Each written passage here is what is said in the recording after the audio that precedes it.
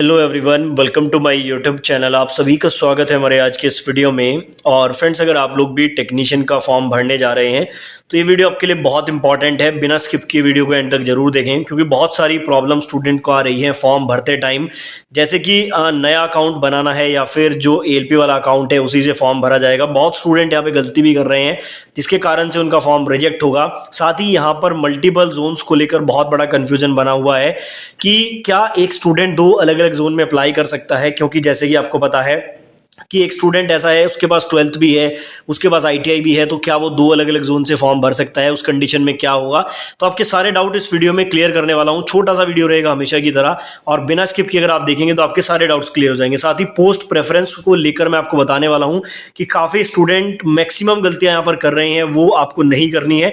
और अगर इन गलतियों से आप बच जाते हैं तो आपका फॉर्म रिजेक्ट होने से बच जाएगा। साथ ही मैं आपको बता दूं, कल रात को मैंने एक वीडियो बनाया था ये डॉक्यूमेंट वाला, तो ये वीडियो आप जरूर देखें। 5 डॉक्यूमेंट इसमें बताए हैं जो आपको बहुत ध्यान से बनवाने हैं और बहुत ध्यान से फॉर्म फिल करते टाइम वहां पे भरने हैं, अदरवाइज फॉर्म रिजेक्शन के चांसेस बहुत ज्यादा हो जाएंगे। 9 मिनट 32 सेकंड का ये वीडियो है, थोड़ा सा लेंथी है, लेकिन इसको जरूर से आप लोग देख लेना और चैनल को सब्सक्राइब कर लेना ताकि ऐसी वीडियोस आपको लगातार मिलते रहें।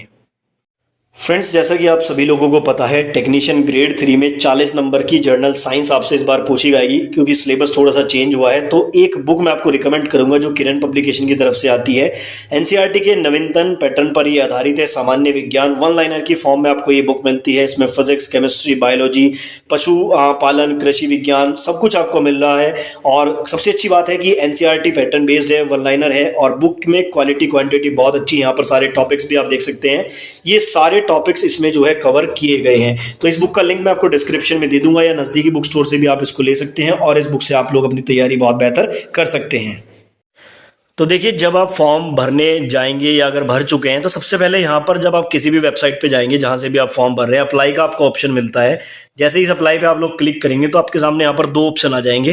पहला ऑप्शन है क्रिएट एन अकाउंट का, दूसरा है ऑलरेडी हैव एन अकाउंट का। यहाँ पर जो डाउट बना हुआ है स्टूडेंट का वो ये है कि सर क्या फिर से नया अकाउंट बनाए या फिर जो हमने एएलपी में अकाउंट बनाया था उसी से लॉगिन करके उससे फॉर्म भरे। देखो, यहाँ पर मैं आपको क्लियर एक चीज बता देता हूँ, आपको नया अकाउंट बनाने की आवश्यकता नहीं है। क्योंकि यहाँ पर जैसे एसएससी में क्या होता है कि एक एसएससी का अकाउंट बन जाता है, जितने भी एसएससी के फॉर्म आते थे आप वहीं से भरते थे। तो रेलवे में भी कुछ ऐसा ही है। ये जो ऑलरेडी हैव एन अकाउंट है इस पे आपको क्लिक कर देना है।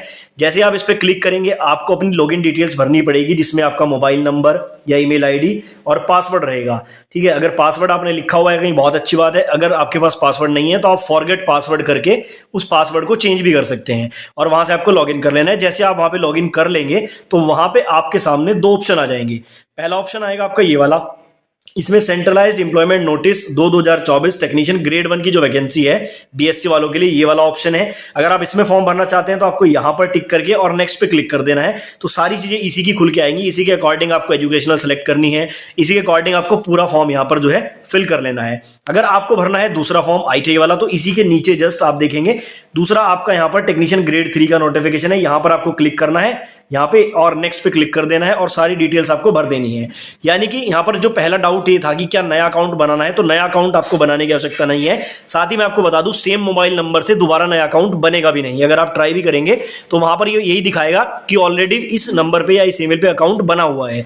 तो ये डाउट आई थिंक आपका क्लियर हो गया होगा। अब उसके बाद सवाल उठता है कि कैसे एक स्टूडेंट 2 जोन से अप्लाई कर सकता है। तो बिल्कुल कर सकता है, देखो, लेकिन उसके लिए कंडीशन है। अगर आपकी जो क्वालिफिकेशन है वो टेक्नीशियन ग्रेड 1 सिग्नल की है तो आप इसके लिए यहां पर फॉर्म भर दीजिए किसी भी एक पर्टिकुलर जोन से। मान लो कि आपके पास बीएससी वगैरह है फिजिक्स से, तो आप ये वाला फॉर्म भरना चाहते हो, और मान लो ये वाला फॉर्म आप इलाहाबाद से भर लेते हो, तो इलाहाबाद से आपने यहाँ पे इस तरह से जो प्रोसेस मैंने आपको बताया वो फॉलो करके आप ये फॉर्म भर लीजिए। अब दूसरा जो आपका फॉर्म है आईटीआई वाला, अगर मान लो आपने फिटर से आईटीआई किया लेकिन आप किसी दूसरे जोन से भरना चाहते हो, तो आपको क्या करना है, आपको आरआरबी पे जाकर यहाँ पे टिक करके, और यहाँ पर जाकर जैसे मुंबई लिखा हुआ है यहाँ पे जब आप सेलेक्ट करोगे तो आरआरबी चेंज हो जाएगी, तो आप दूसरी आरआरबी से भी भर सकते हो। तो कहने का मतलब क्या है कि 2 आरआरबी से फॉर्म भरे जा सकते हैं, लेकिन उसकी कंडीशन ये है कि एक फॉर्म आपका बीएससी वाला हो यानी कि ग्रेड 1 का हो, और दूसरा फॉर्म आपका आईटीआई वाला हो यानी कि ग्रेड 3 का हो। अब सवाल यहां पर ये उठ रहा है, क्या एक स्टूडेंट आईटीआई के 2 जगह से फॉर्म भर सकता है। अब ये सवाल उठा क्यों, पहले वो समझ लो। ये सवाल इसलिए उठा कि मान लो काफी स्टूडेंट ने जो है उन्होंने 12th भी कर रखा है और मान लो फिटर से आईटीआई भी कर रखी है। अब क्या है, मैक्सिमम जोन में 12th के लिए भी पोस्ट है, फिटर के लिए भी पोस्ट है। तो कुछ स्टूडेंट क्या समझ रहे हैं कि फिटर वाली जो पोस्ट जहां पे ज्यादा है उस आरआरबी से पहले आईटीआई से फॉर्म भर देते हैं, और जहां पे 12th वाली पोस्ट ज्यादा है तो दूसरी आरआरबी से 12th का फॉर्म भर देते हैं। लेकिन ऐसा नहीं होगा।